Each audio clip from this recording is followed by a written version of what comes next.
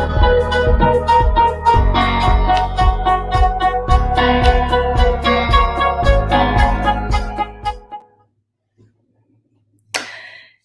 there, this is Lavette Love, CEO and founder of Love Life Legacy Coaching. It's been a minute since I have been live.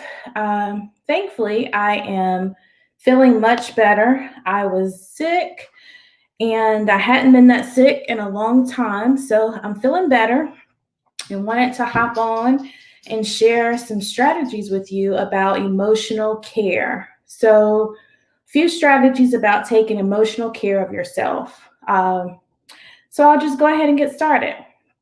Today, we live in a society that we're always trying to come up with ways to make work, home, and even our social lives more efficient. And sometimes this can cause havoc on our emotions. So I want you to think about how can you take care of your mental state as you strive to live your best life. Here are some strategies for emotional self-care. Number one, we should acknowledge our feelings each day. That's simple, right? Ask yourself, how am I feeling today? That can go a long way towards emotional self-care. Doing this daily reflection shows that you are aware of your feelings and it indicates you see them as important. Performing a feelings check, as you can call it, will make sure that you are in total control of your feelings, your emotions. There will be fewer opportunities for you to fly off the handle, make sarcastic remarks, or even possibly get annoyed at someone and actually show it. So stay on top of your feelings to enjoy a more fulfilling life. Strategy number two, speak up for yourself when necessary. When you feel that you've been wronged or you're misunderstood, simply state your feelings and what you would like to see happen. If you don't advocate for yourself, who else will? When you speak up for yourself, you show yourself that what you think and feel is important enough to be noticed and discussed with the people around you. Strategy three, stay tuned in to close relationships.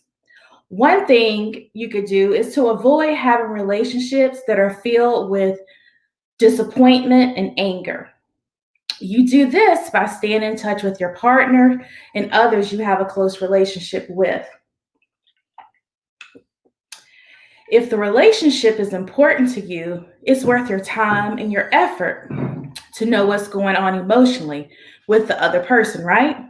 Plus, your emotional life will be more satisfying and you will have peace. Peace is so important. The next strategy rather, number four, is to have some fun each day. When you smile and enjoy life, the benefits to your emotional life are great. Happiness is good for the soul, for your soul. So enjoy some fun each day. Maybe it's your favorite hobby. Maybe it's telling jokes. Maybe it's making the best day for someone else. Try having a chat session, not texting, FaceTime in our environment with one of your best friends. Play cards or a board game with your family members or a neighbor. You know, right now is not the time that we might invite people over, but pre-COVID, that would be something that we do, right? Game night with family and friends. Strategy number five, talk out loud about what's bothering you. Whenever you have negative feelings, they can weigh you down emotionally.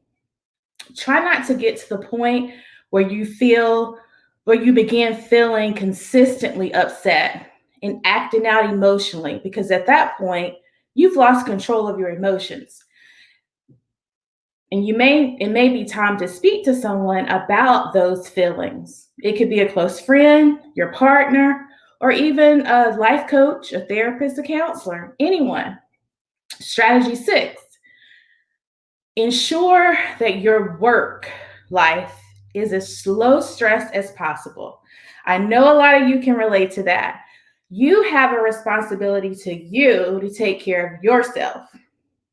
And that means taking whatever steps necessary to adjust your workload. your due dates and other challenges that to reduce your job stress. Strategy seven. Get rid of negative relationships in your life, because the relationships are so important to us because we're people. We need that human connection, that human interaction, but we need positivity, positive people around us, people that are supportive, not people that you have to minimize yourself around to exist. It can help to occasionally weed out some of those people that hinder your emotional growth, your emotional health, your self-care, because that can take away from your emotional health. And this is about your emotional health. You are in charge of your emotional health. Remember, your life is a blessing, and we should enjoy it to the fullest by taking excellent care of ourselves, emotionally and physically. Use some of these strategies to help with your emotional care. Thank you.